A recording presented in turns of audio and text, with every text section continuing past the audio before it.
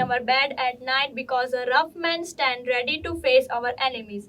The government of India is responsible for ensuring the defense of India, and the supreme command of the Indian Armed Forces vests to the President. The responsibility of the national defense rests to the Cabinet. The Indian Armed Forces comprises of three divisions: Indian Army, Indian Navy, and the Indian Air Force. True, whenever we talk about our Indian armed forces or watch a movie based on Indian soldiers, it creates a feeling of attachment and commitment towards our country.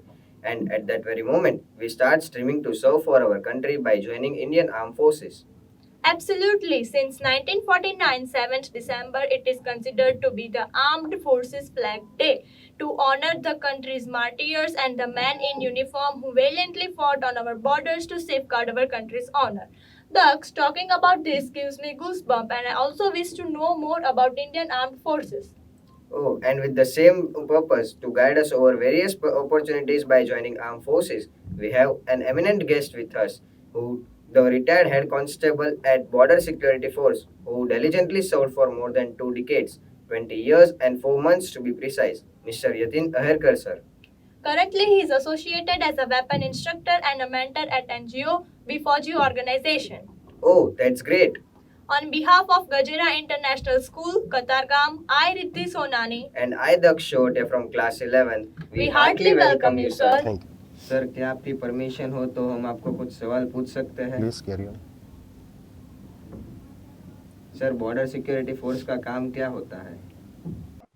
Well Daksha border security force BSF जिनका काम है, पहला task उनका है border की सुरक्षा करना, जो कि हमारे पड़ोसी देश बांग्लादेश और पाकिस्तान से लगी हुई जितनी भी सीमा है उसके ऊपर बीएसएफ लगी हुई है, जिसमें हमारे स्टेट आते हैं गुजरात, राजस्थान, पंजाब, जम्मू कश्मीर, और नॉर्थ ईस्ट में अगर देखा जाए तो वेस्ट बंगाल, मणिपुर, मेघालय, नागालैंड, इन सारे स्टेट के साथ सट के जो बांग्लादेश की बॉर्डर से और अपना गुजरात, राजस्थान, पंजाब और जम्मू कश्मीर के साथ सट के जो भी बॉर्डर है उसके ऊपर और कुछ एलओसी के एरिया के ऊपर जो लाइन ऑफ कंट्रोल है उसके ऊपर भी बीएसएफ अपनी ड्यूटी करती है। बीएसएफ एक्चुअली आती है पैरामिलिट्री फोर्स के अंदर। हमारे देश के कई नागरिकों को यही है कि बीएसएफ भी एक आर्मी है, लेकिन आर्मी डिफेंस का हिस्सा है और बीएसएफ है वो पैरामिलिट्री फोर्स का हिस्सा है। पैरामिलिट्री फोर्स मीन्स उसमें कई फोर्सेस आते हैं, जैसे CRPF, ITBP, SSB, Assam rifle और सीआईएसएफ। जैसे कि एसएसबी है वो नेपाल बॉर्डर के ऊपर तैनात रहती है, आईटीबीपी उसके नाम से ही पता चलता है, इंडियन तिब्बत बॉर्डर पुलिस, वो चाइना बॉर्डर पे तैनात रहती है, और सीआईएसएफ जो हमारे औद्योगिक एरिया है, हमारे देश के बड़े बड़े प्लांट है उसके अंदर वो तैनात रहते हैं, और आसाम राइफल जो है आसाम के दुर्गम इलाके मिलिटेंसी एरिया उसके अंदर तैनात रहती है। तो बीएसएफ का अपने देश में काफ़ी बड़ा रोल है। ये 1965 1 दिसंबर को इसका एस्टेब्लिशमेंट हुआ था, और काफ़ी उसके बाद शुरू में उनकी बटालियन काफ़ी कम थी, लेकिन फिर धीरे धीरे बटालियन बढ़ के अभी शायद 200 बटालियन जितनी हो चुकी।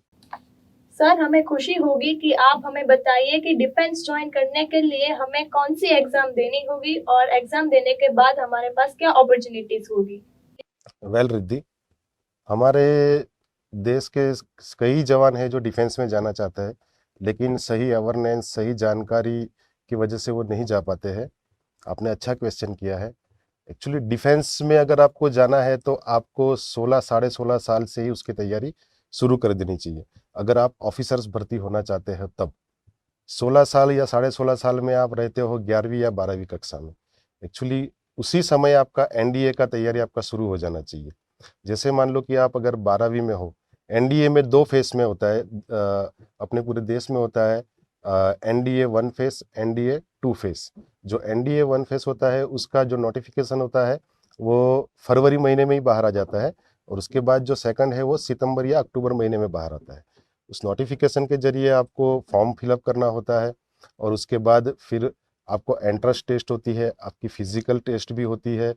उसी तरह से उस समय आपका 12वीं का जो सेकंड सेमिस्टर है वो शुरू हो जाना चाहिए और फर्स्ट सेमिस्टर आपका ख़त्म हो जाना चाहिए।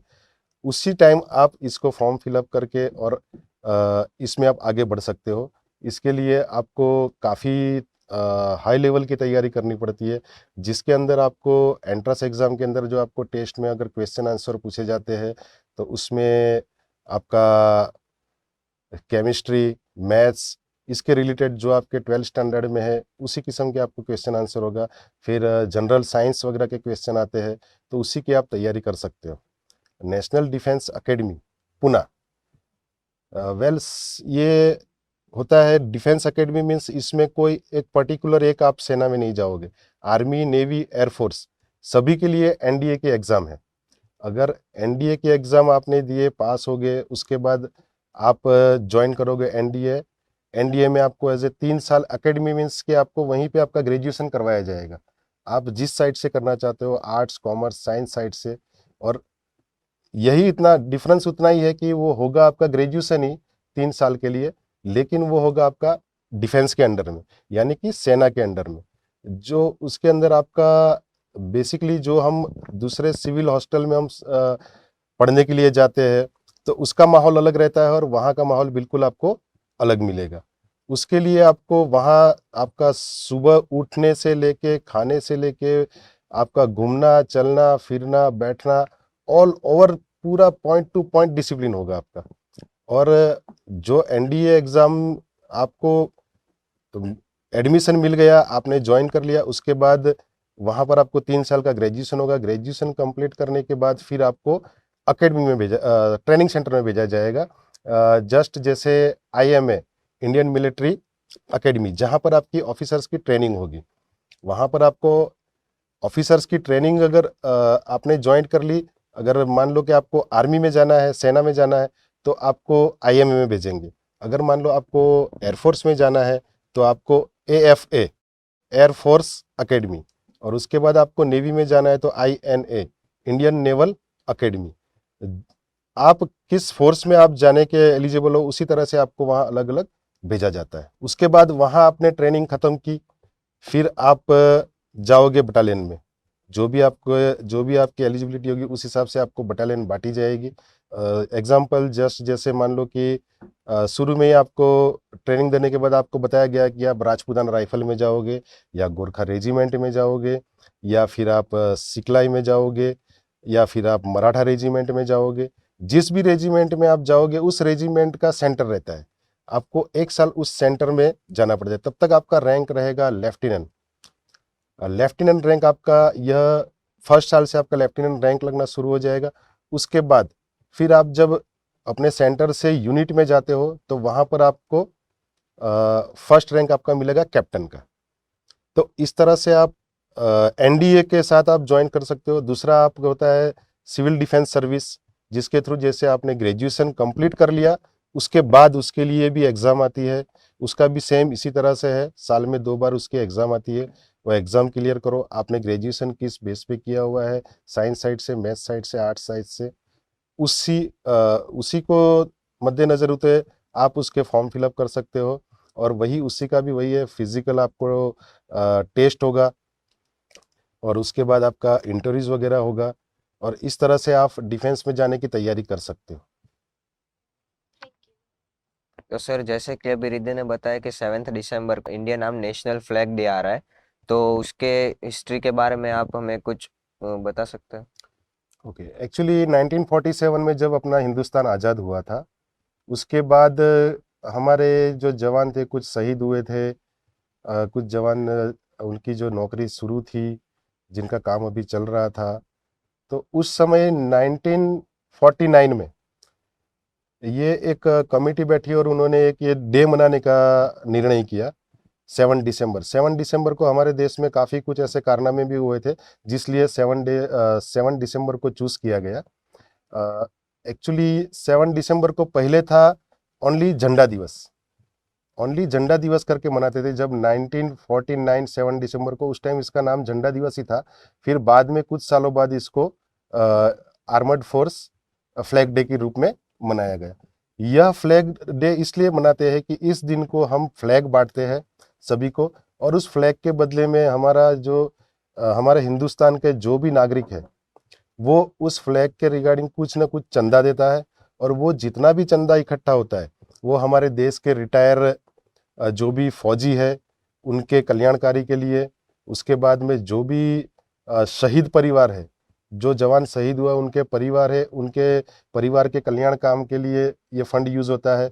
और जो अभी जिनका अभी नौकरी चल रहा है, जो अभी बॉर्डर पे तैनात है, उनके वेलफेयर के लिए ये सारा फंड इकट्ठा होता है। तो 7 दिसंबर को जिसको भी फ्लैग मिलता है वो अपना कुछ ना कुछ अपने डोनेट कर पाए, कोई भी सिविलियंस, ताकि उसको भी लगे कि मैंने भी अपने देश की सुरक्षा में कुछ अपना डोनेट किया हुआ है। इसलिए ये फ्लैग डे मनाया जाता है और ये पूरा पैसा पूरा अपना डिफेंस के लिए ही यूज होता है। और सर, आपने डिफेंस को करियर क्यों चूज किया? वेल रिद्धि, डिफेंस को चूज करने का बस यही था कि बचपन में ही कुछ तो ये था कि देश सेवा करे, कुछ था कि कुछ एम्प्लॉयमेंट मिल जाए, इस करके डिफेंस को चूज़ किया। और डिफेंस को चूज़ करने का दूसरा भी तरीका था कि हमारे टाइम में उस समय हम टेलीविज़न वगैरह थे, तो उस समय देखते थे कि जे.एंड.के में उस टाइम काफ़ी हाई लेवल पे था, जो जे.एंड.के का उग्रवाद वगैरह था, तो उसके रिलेटेड कई मूवी भी देखते थे हम। तो उसको देख के मोटिवेशन हुआ कि नहीं, फ़ौज में भर्ती होना चाहिए। और कुछ हमारे अगल बगल में बंदे भी ऐसे थे जो बोलते थे कि भाई आपका हाइट, बॉडी और पर्सनालिटी के हिसाब से आपको फोर्स ज्वाइन करना चाहिए। और कुछ लकीली मेरे को कुछ ऐसे बंदे भी मिले जिन्होंने मेरे को गाइडलाइंस दिया, काफ़ी बढ़िया से गाइडलाइंस दिया। और मैंने भी अपनी पूरी तन मन धन से पूरा मेहनत किया और उसको मैंने प्रॉपरली, जो भी मेरे को गाइड किया उसके ऊपर प्रॉपरली मैंने फॉलोअप लिया और मैंने अच्छी तरह से मेहनत की और भर्ती आई। भर्ती में अच्छी तरह से, जिसी तरह से था, फर्स्ट भर्ती थी मेरी और मैं भर्ती हो गया। और आज मेरे को खुशी है कि मैं सही सलामत नौकरी करके वापस रिटायर भी हो गया। सर, आपके जो ड्यूटी थी उसके दरमियान आपको कोई ऐसा टास्क दिया हो जिसमें आपके पास कोई एडिक्वेट सोर्सेस ना हो या पूरे सोर्स ना हो, तभी आपने उस सिचुएशन को कैसे हैंडल किया? वेल दक्ष, नौकरी के दौरान काफ़ी दिक्कतें आई और कोई एक ऐसी सिचुएशन नहीं है जिसको मैं आपके साथ शेयर कर सकता हूँ। काफ़ी सिचुएशन ऐसी है जो नौकरी में दिक्कतें चलती ही रही। लेकिन जे.एंड.के की बात करूँ मैं, हम लोग थे 2001 से लेकर 2005 तक धामकुंड डिस्ट्रिक्ट में हम लोग तैनात थे वहाँ पर।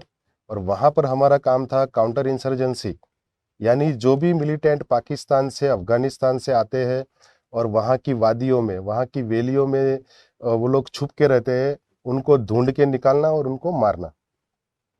तो हमारी वही ड्यूटी थी। और एक्चुअली हमारा जो बीएसएफ में बटालियन रहता है वो 1100-1200 बंदों का बटालियन रहता है, जिसमें ऑफिसर रैंक से लेके ट्रेडमैन तक की गिनती होती है। तो उसी 1200-1300 बंदों में से कुछ सिलेक्टेड बंदे निकाले जाते हैं। वो सिलेक्टेड बंदों की एक टीम बनाई जाती है जिसको बोलते हैं QRT, क्विक रिएक्शन टीम। यानी ऑल ओवर बटालियन के एरिया में कहीं भी कोई भी ऐसा इंसिडेंट होता है तो वो टीम उस जगह पर पहुंचेगी जल्दी। तो उस टीम में लकीली मेरा भी चयन हुआ था, तो उसी टीम में हम थे। उसके दौरान एक बार मेरे को पता है कि हम लोग नॉर्मली अपनी पेट्रोलिंग रूटीन वर्क में जा रहे थे। यानी वहाँ पेट्रोलिंग जाना यानी कि 3-4 घंटे तो आपको पहाड़ी के अंदर घूम के आना ही पड़ेगा। पूरा एरिया अपना डोमिनेट करना पड़ता है, जो भी हमारा कैंप है उसके अगल बगल का एरिया डोमिनेट करना पड़ता है। अगर हमने एरिया डोमिनेट नहीं किया तो जो वहाँ से जो उग्रवादी है वो हमसे ज़्यादा सक्रिय हो जाएंगे। तो उग्रवादी के ऊपर हावी रहने के लिए एक पार्टी तो हमारी 24 आवर्स हमारे कैंप के बाहर रहेगी, वो क्लॉकवाइज चलते ही रहता है। इसी दौरान हमारा यही शायद नवंबर का ही महीना था और हम लोग गए थे नॉर्मली पेट्रोलिंग में ही। एक रहता है कि रूटीन वाइज पेट्रोलिंग रहता है और एक होता है कि ऑपरेशन। तो ऑपरेशन होता है उस टाइम क्या होता है कि हम एक्स्ट्रा एमुनेशंस, हमारा जो भी इक्विपमेंट्स रहता है, जैसे सर्दी का हुआ तो जैकेट वगैरह लेके जाते हैं। अगर मानो कि 72 आवर्स का ऑपरेशन रहता है या 36 आवर्स का होता है तो उसी हिसाब से हम लोग अपना फूड वगैरह भी साथ में ले जाते हैं। लंच ब्रेकफास्ट वगैरह ये सब पैक करके भी हम ले जाते हैं। लेकिन वो दिन ऐसा था कि हमको नॉर्मली पेट्रोलिंग करके ही आना था और हमारी मुठभेड़ हो गई, हमको उग्रवादी मिल गए। और वो 3-4 उग्रवादी थे और वो लोग काफ़ी फायर हमारे पे डाल रहे थे, क्यों उनको तो पता ही था कि वो लोग गिर चुके हैं और उनको मरना ही है। तो वो लोग हमारे ऊपर बहुत फायर कर रहे थे और हम भी अपना बचाव कर रहे थे। लेकिन वो टाइम ऐसा था कि बस दिन खत्म होने वाला है, सूरज डूबने वाला है और अंधेरा होने वाला है, और हमको भी पता है कि अगर अंधेरा हो गया तो इनके ऊपर हावी होना हमारे लिए मुश्किल हो जाएगा। क्यों वो 3 थे और हम 30 थे, तो उनसे ज़्यादा हमारा नुकसान हो सकता है। तो इस वजह से फिर हमने पूरी रात भर उनको कॉर्डन किया, जिस भी एरिया में वो थे, और हमारा कॉर्डन चल ही रहा था कि उतने में स्नो फ्लो यानी बर्फ़ गिरना शुरू हो गया। और बर्फ़ गिरना शुरू हुआ तो उस टाइम हमारे पास कोई इक्विपमेंट नहीं थी जो हम सर्दी से बच सके, और ना हम उस एरिया को छोड़ के जा सकते हैं। तो शायद उस टाइम -डिग्री टेम्परेचर हो गया था, और उसी -डिग्री टेम्परेचर में पूरी रात हमने निकाली। ना हम आग जला सकते थे और ना ही हम कोई चीज़ ऐसी पोस्ट में जाके वापस ला सकते थे, जैकेट वगैरह तो नहीं ला सकते थे। वो पूरी रात भर हमने निकाली, जो मुझे आज भी याद है कि यहाँ पर जो सर्दी है वो तो नथिंग, कुछ भी नहीं है। वहाँ की सर्दी बहुत ही कातिल थी, और उसी रात भर हमने उन मिलिटेंटों को घेर के रखा और उनके ऊपर रात रात भर हम फायर करते रहे। थोड़ा सा उनका मूवमेंट होना, हमारा फायर करना, और इस तरह से हमने अर्ली मॉर्निंग जैसे ही सूरज उगा और हमने उनका एनकाउंटर तकरीबन 6:30 बजे उनको हमने फायर करके उनको मार दिया था, और तीनों उग्रवादी को मार दिया था। फिर उनकी डेड बॉडीज वगैरह जो भी आगे की प्रोसेस होती है वो करके हम ले आए थे। तो वो दिन मेरे को काफ़ी अच्छी तरह से याद है कि हम बिना कोई तैयारी के नहीं बोल सके, तैयारी तो हमारी थी, एमुनेशन हम ऑलरेडी ले जाते हैं, लेकिन एक रहता है कि मौसम के हिसाब से तैयारी करके जाना। एक प्री प्लानिंग होता है कि प्री प्लानिंग ऑपरेशन में हमको इस रूट से जाना है और यहाँ जाके हमको लंच करना है, यहाँ ब्रेकफास्ट करना है, और अगर हमको कोई पिन पॉइंट इंफॉर्मेशन रहती है कि यहाँ पर उग्रवादी है ही, तो हम पूरा नाइट में ही मूवमेंट करते हैं। और नाइट में जो पहाड़ी में मूवमेंट करना, तो बंदा प्लेन में रास्ता भूल जाता है, तो नाइट में पहाड़ी के ऊपर एक रास्ता याद रखना और उसी रास्ते पे चलना, और रास्ते पे चलते हुए यह भी ध्यान रखना कि हमारी पैरों की आवाज़ तो नहीं आ रही, रास्ते में कोई कुत्ता तो नहीं है जो हमको देखकर भौंके। अगर हमारा सरप्राइज टूट गया तो हमारा पूरा मेहनत चला गया। अगर एक बंदे की वजह से भी सरप्राइज टूट गया तो पूरे ट्रूप्स को वो चीज़ भुगतनी पड़ती है। इस वजह से रात को चलना और अपने आप को कंट्रोल रखना, अपना इक्विपमेंट से वो चलते हुए थोड़ा भी आवाज़ ना करे, इस हिसाब से भी चलना पड़ता है। तो लाइफ में काफ़ी इस तरह के इंसिडेंट्स रहे जो कि यादगार है। और अचीवमेंट देखा जाए तो लाइफ का मेरा बेस्ट अचीवमेंट मैं ये मानता हूँ कि मैंने अपनी ड्यूटी 20 साल के दौरान मैं एज ए वेपन इंस्ट्रक्टर था।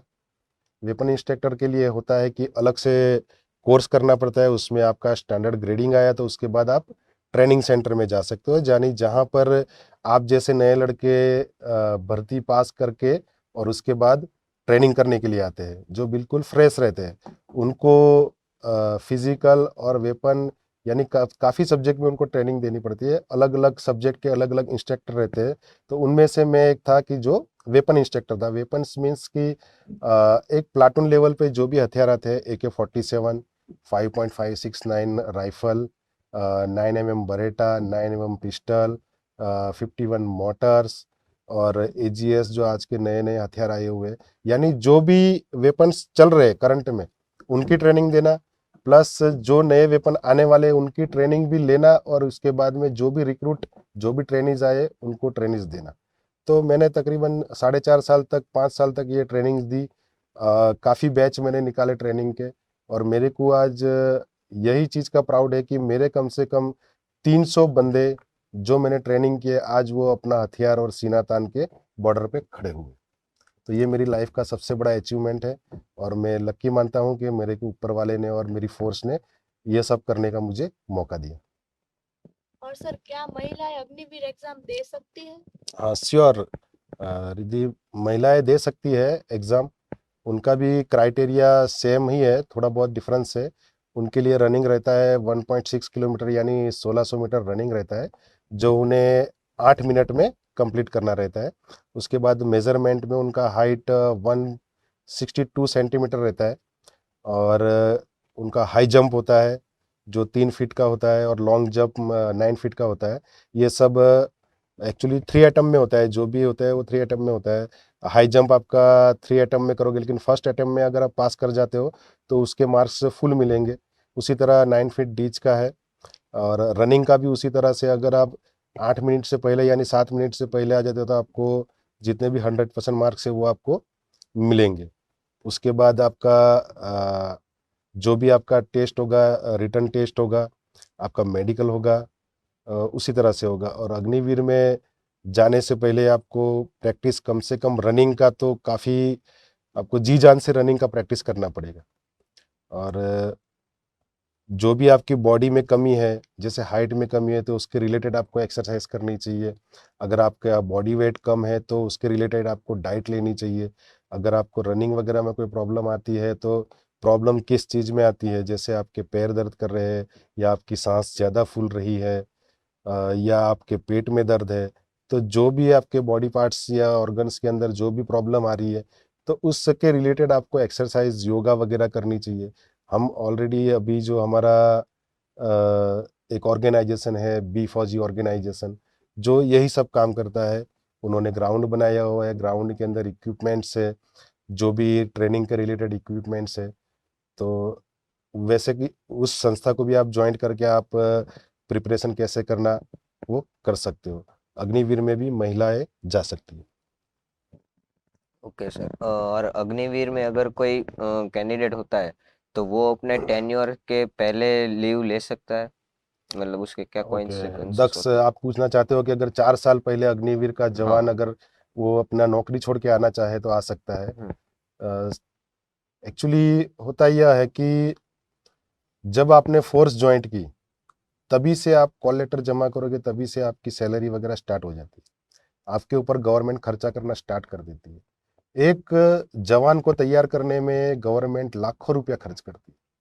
आप सोच नहीं सकते कि जवान को वहां जाने के बाद जो भी उसका ट्रेनिंग के रिलेटेड जो भी इक्विपमेंट है, बैरिक्स है, जो भी उसका रेसिडेंट वगैरह का जो है, तो उसमें कितना खर्चा होता है। फायरिंग करते हो तो एम्युनिशंस का कितना महंगा होता है, हथियार वगैरह उसके लिए कितने महंगे महंगे वगैरह रहते हैं। उनके लिए ऊपर जो इंस्ट्रक्टर लगाए गए हैं, वो सब का अगर बीच में से आप छोड़ के आओगे तो गवर्नमेंट चाहे तो आपके ऊपर जो भी ट्रेनिंग रिलेटेड जो भी एक्सपेंस हुआ है आपके ऊपर खर्च, उसके चार्जेस लगा भी सकती है और नहीं भी लगा सकती। सिचुएशन ये देखी जाएगी कि आपके घर की प्रॉब्लम जेन्यून है, कैसी है, क्या है, या आप वॉलेंटरी ऐसे ही आप छोड़ के आना चाहते हो, वो सिचुएशन के ऊपर। 4 साल के बाद अग्निवीर के पास क्या अपॉर्चुनिटीज होती है? वेल रिद्धि, अभी अग्निवीर का कोई भी जवान भर्ती होके गया नहीं है, लेकिन वो भर्ती होके जाएगा, ट्रेनिंग करेगा, उसके बाद वो 3 साल अपनी बटालियन में नौकरी करेगा, और उसके बाद उसको अ, अगर उसका परफॉर्मेंस ठीक रहा, अभी मान लो जैसे 100 बंदे अग्निवीर में भर्ती होके गए, तो उसमें से 25% बंदों को परमानेंटली रखा जाएगा आर्मी में। जो अभी रूल है कि 17 साल बाद रिटायर होंगे और उनको पेंशन भी मिलेगी, तो उसी रूल के मुताबिक उनको परमानेंट किया जाएगा। और 75% बंदों को वापस भेजा दिया जाएगा। तो तकरीबन उस टाइम उनके पास 25 लाख जितने उनके पास फंड भी होगा। और आने के बाद अभी जैसे कुछ स्टेटों ने बताया है कि हम लोग अग्निवीर से जो भी रिटायर आएंगे तो उनको पुलिस में भी उनके लिए एक्स्ट्रा वैकेंसीज रखेंगे, उनके लिए अलग से कोठा रखेंगे। फिर वो अग्निवीर से आने के बाद वो लोग पैरामिलिट्री फोर्स में भी जा सकते हैं। उसके बाद में जैसे कि इंडस्ट्रीज एरिया है, बड़ी बड़ी इंडस्ट्रीज है हमारे देश में, टाटा हो गए, रिलायंस हो गई, अंबानी हो गए, इन्होंने भी बताया है कि अग्निवीर के जवान जो भी 4 साल की सर्विस के बाद वो रिटायर आएंगे तो एज ए सिक्योरिटी हम उनको अपनी कंपनी में भी जॉब देंगे। और अगर बंदा कुछ ना करना चाहे, पर्सनली अपना बिजनेस भी करना चाहे, तो उस टाइम उसके पास उतना फंड है कि वो अपना जो अपने स्टेटस के हिसाब से अपना बिजनेस कर सकता है। और उसकी एज भी उतनी रहेगी कि वो उस एज में वहाँ जाके अपना नया बिजनेस स्टेब्लिश कर पाएगा और उसमें इम्प्रूव कर पाएगा।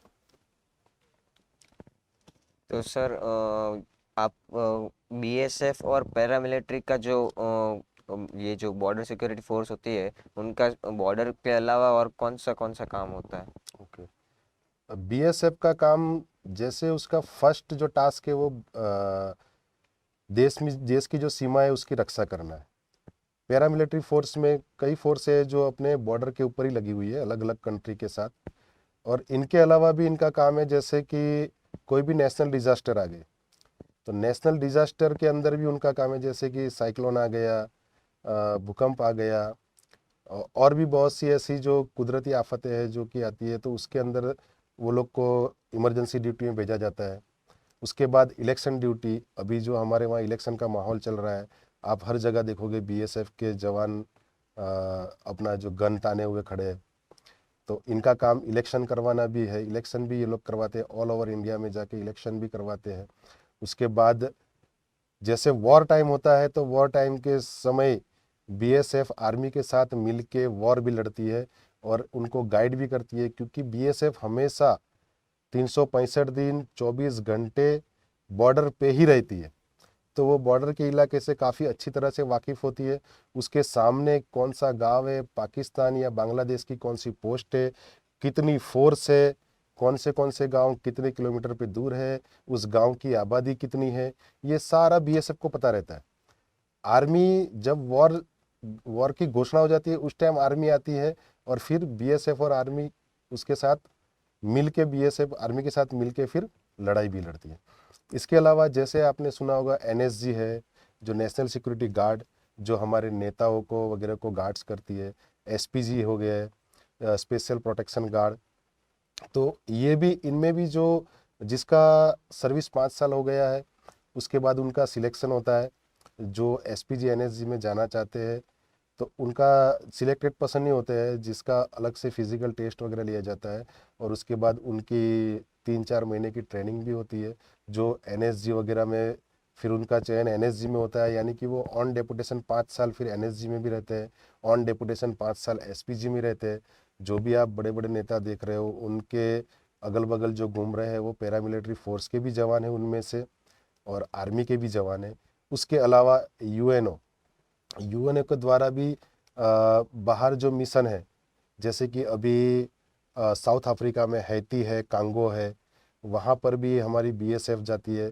श्रीलंका में भी बीएसएफ और जो भी पैरामिलिट्री फोर्स के जवान हैं उनको तैनात किया जाता है। तो बॉर्डर के अलावा पैरामिलिट्री फोर्स और काफ़ी उनके ऊपर जिम्मा है कि जैसे शायद ही कोई ऐसी चीज़ होगी जब उनको नहीं बुलाया जाता। अगर कोई भी नेशनल डिजास्टर आया तो उनको बुलाना ही बुलाना है, अगर इलेक्शन है कहीं भी कंट्री में तो उनको बुलाना ही बुलाना है। तो पैरामिलिट्री फोर्स ऐसी है जो बॉर्डर की भी रक्षा करती है, और साथ साथ में देश के अंदर जो भी ऐसे कोई भी चीज़ अनचाही होती है तो उसको भी वो लोग सपोर्ट करने के लिए, उसमें से बाहर निकालने के लिए जो भी पैरामिलिट्री फोर्स है उनको लगाया जाता है। सीआरपीएफ है, बीएसएफ है, ये नक्सली एरिया जो काफ़ी प्रभावित है हमारे देश में अभी, जैसे छत्तीसगढ़ हो गया, वेस्ट बंगाल का कुछ एरिया हो गया, महाराष्ट्र का कुछ एरिया हो गया, झारखंड हो गया, तो इस एरिया में भी नक्सली से लोहा ले रही है बीएसएफ अभी, और सीआरपीएफ भी ले रही है। और नक्सली एरिया में ड्यूटी करना यानी काफ़ी टफ एरिया है, तो नक्सली एरिया में काफ़ी गाढ़ जंगल वगैरह है, और इन जंगलों के अंदर शायद पिछले 40-50 सालों से कोई बंदे गए नहीं है, वैसी जगह पर वो लोग रह के वो लोग ड्यूटी कर रहे हैं, और शायद पिछले 10-12 साल से नक्सलाइट एरिया में बीएसएफ को भी तैनात किया गया हुआ है, तो वो भी काफ़ी टफ ड्यूटी है। तो हर किस्म की शायद कोई ऐसी ड्यूटी है जो बीएसएफ यानी पैरामिलिट्री बीएसएफ और सीआरपीएफ पैरामिलिट्री फोर्स के जवान नहीं कर रहे। ऑल ओवर इंडिया में जो भी जहाँ भी है वो अपना ड्यूटी कर रहा है, यानी वीआईपी गार्ड से लेके नक्सलाइट एरिया हो गया या नेशनल डिजास्टर हो गया या बॉर्डर की सुरक्षा हो गई, सब जगह पैरामिलिट्री फोर्स के जवान तैनात मिलते हैं। सर, हम जैसे जो आम सिटीजन्स होते हैं इंडिया के, वो अपने देश की सेवा के लिए क्या क्या कर सकते हैं? वेल, दक्ष काफ़ी बंदे सोचते हैं कि मैं फ़ौज में जाऊं और देश की सेवा करूं। हाँ, फ़ौज में जाओ, देश की सेवा करो, बढ़िया है, और बंदे की ये जज्बा भी होना चाहिए, हिंदुस्तान के हर नागरिक का ये जज्बा होना चाहिए कि मैं मेरे देश के लिए कुछ करूं। हमारे नागरिकों में जो भी हमारी आम जनता है उसमें काफ़ी सुना गया है कि देश ने हमारे लिए क्या किया, सरकार हमको क्या दे रही है। सरकार तो 5 साल रहेगी चली जाएगी, लेकिन देश हमारा वहीं का वहीं रहेगा। हमने कभी अपने आप से पूछा है कि मैंने देश को क्या दिया, मैंने देश को क्या दिया? जिस दिन हमारे दिमाग से ये, मन से ये सवाल निकलेगा कि मैंने मेरे देश को क्या दिया, तो आपके दिल से यही आंसर आएगा, नथिंग, कुछ नहीं दिया, हमने देश से लिया ही है। हाँ, हिंदुस्तान के कुछ ही % ऐसे हैं जिन्होंने देश के लिए कुर्बानी दी है, काफ़ी कुछ किया भी है, लेकिन मैक्सिमम जनता ने, अगर वो सोचे ठीक है टैक्स पे कर रही है वगैरह है, लेकिन टैक्स पेयर भी कितने हैं? टैक्स पेयर भी इतना नहीं है, जितना प्रॉपरली टैक्स पे करना चाहिए वो भी नहीं करते हैं। तो आम नागरिक बस यही कर सकता है कि अपना प्रॉपरली जो भी उसको काम है वो अपना ईमानदारी से करे और भ्रष्टाचार को बढ़ावा ना दे। आज हम सोचते हैं कि आपस में सिर्फ आर्ग्यूमेंट करते हैं कि भ्रष्टाचार बहुत बढ़ गया है, ये तो भ्रष्टाचार खत्म करने के लिए कोई बाहर से तो आने वाला नहीं है, करना तो हमको ही पड़ेगा। अगर आप जैसे स्टूडेंट सोच ले कि मैं आईपीएस अफसर बनूं, आईएएस अफसर बनूं और जो ये भ्रष्टाचार चल रहा है तो मैं उसको ख़त्म करूंगा, तो आप कोई अच्छे पद पे जाके, अच्छी जगह पर जाके आप इस चीज़ पे कंट्रोल कर सकते हो। आप कोई नेता, अच्छे नेता बन के इसके ऊपर कंट्रोल कर सकते हो। तो आप इस तरह से भी देश की सेवा कर सकते हो। नॉर्मली आप अपने देश में, अपने घर के अंदर, अपने अगल बगल में गंदगी ना फैला के भी, अपने अगल बगल में स्वच्छता रख के भी आप अपने देश की सेवा कर सकते हो। जो भी हमारी देश की प्रॉपर्टी है, जैसे मान लो रेलवे स्टेशन है, एयरपोर्ट्स है, फिर उसके बाद ट्रेन है, जो कि हमारे देश की प्रॉपर्टी है, जिसको हम बिना वजह कोई भी अपनी सरकार से अपनी बात मनवाने के लिए हम उसको जला देते हैं, वो सरकार का नुकसान नहीं, वो हमारा खुद का ही नुकसान है। तो ये सब काम आप ठीक है प्रोटेस्ट करो, प्रोटेस्ट करने का सभी को राइट्स है, लेकिन प्रोटेस्ट करने का मतलब ये नहीं कि हम हमारे देश की जो प्रॉपर्टी है उसको नुकसान कर दें। हम किसी के घर का नुकसान नहीं कर रहे, वो हमारा ही कर रहे हैं। तो प्रोटेस्ट करो, जो भी लीगली उसका तरीका है उस तरह से प्रोटेस्ट करो आप, लेकिन देश की जो भी प्रॉपर्टी है, जो भी हमारी संपत्ति है, उसको नुकसान करके प्रोटेस्ट करना, ये हमारे खुद के लिए, हमारे अपने आप को ही हम नुकसान कर रहे हैं। तो इस तरह के हमारी लाइफस्टाइल जो है हम चेंज करके, अपने आप को स्वस्थ रख के, जैसे कि अभी देखा गया है कि मोटापा 30 इयर्स के अंदर अंदर में भी हार्ट अटैक्स, तो काफ़ी बीमारियों से भी हमारा देश जूझ रहा है। आजकल जो यंग स्टार है उनमें भी जैसे मोटापा एक बीमारी हो गई है। तो अपने आप को फिजिकल फिट रख के, मैं अपने आप को फिट रखूंगा तो मेरा देश फिट रहेगा। अगर जिस देश की जनता ही बीमार है तो देश क्या करेगा? कुछ नहीं करेगा। तो जिस देश का जवान, जिस देश का बुढ़ा, जिस देश का बच्चा, जिस देश की बहन, जिस देश की बेटी, जिस देश की माता, अगर वो हेल्दी रहेगी तो हमारा देश हेल्दी रहेगा। और शायद देश में, वर्ल्ड में कोई ऐसी ताकत नहीं है जो हिंदुस्तान को झुका सकती है। आज भी वर्ल्ड में कोई ऐसी ताकत नहीं है जो हिंदुस्तान को झुका सकती है, क्योंकि हिंदुस्तान एक ऐसा देश है जो हर चीज़ में माहिर है, उसके जवान हर चीज़ में माहिर है। बस शर्त इतनी है कि उनको प्रॉपर गाइडलाइंस मिलनी चाहिए और प्रॉपर तरीके से उनको मार्गदर्शन करने वाला कोई हो, तो आम आदमी जो है वो भी अपनी देश की सेवा इस तरीके से कर सकता है। कुछ नहीं तो अपने आप को फिट ही रखो और हमारे अगल बगल में स्वच्छता रखो, गंदगी ना होने दो, तो वह भी एक बहुत बड़ी देश की सेवा है। ट्रैफिक रूल्स हो गए, उनको हम उसको टोटल प्रॉपर हम फॉलो अप करेंगे तब भी हमको देश की सेवा ही कर रहे हैं। हमारा फ्यूल बचा रहे।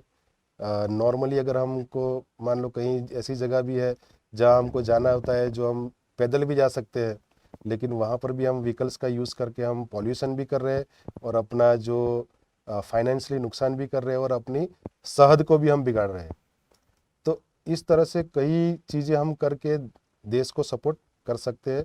और हर एक नागरिक का ये धर्म है कि हमें सबसे पहले हमारा नेशन फर्स्ट के मेंटेलिटी लेके हमें जीना चाहिए और हमें इसी तरह से चलना चाहिए। It was great interacting with you. The session was very informative and eye-opener for us. I'm sure that listeners will be inspired for the reason you shared to join IAF and serve our country. Thank you. Jai Hind, sir. Thank you, Riddhi, and thank you, Daksh, and thank you, Gajra Schools.